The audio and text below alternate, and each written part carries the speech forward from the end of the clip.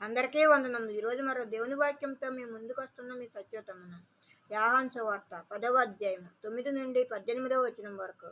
నేనే ద్వారమును, నా ద్వారా ఎవడైనా లోపల ప్రవేశించిన ఎడల వాడు రక్షింపబడిన వాడై లోపలికి పోవచ్చు, బయటికి వచ్చుచు మేత మేయుచుండును.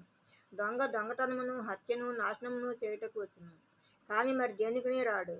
గొర్రెలకు జీవము కలుగుటకును, అది సమృద్ధిగా కలుగుటకును నేను వచ్చితినని మీతో నిశ్చయముగా చెప్తున్నాను. నేను గొర్రెలకు మంచి కాపరిని. గొర్రెల కొరకు నా ప్రాణము పెడుతున్నాను.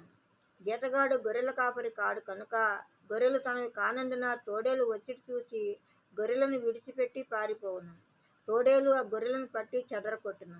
గీతగాడు గీతగాడే కనుక గొర్రెలను గూర్చి లక్ష్యం చేయక పారిపోవును. నేను గొర్రెల మంచి కాపరిని. తండ్రి నన్ను ఎలాగో ఎరుగునో నేను తండ్రిని ఎలాగో ఎరుగుదును, అలాగే నేను నా గొర్రెలను ఎరుగుదును. నా గొర్రెలు నన్ను ఎరుగును, మరియు నా గొర్రెల కొరకు నా ప్రాణము పెట్టుచున్నాను.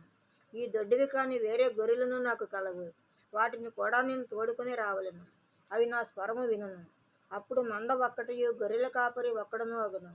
నేను దాన్ని మరలా తీసుకున్నట్లు నా ప్రాణము పెట్టుచున్నాను. ఇందువలననే నా తండ్రి నన్ను ప్రేమిస్తున్నాడు. ఎవడనూ నా ప్రాణము తీసుకున్నాడు, నా అంతటా నేనే దాన్ని పెట్టుచున్నాను.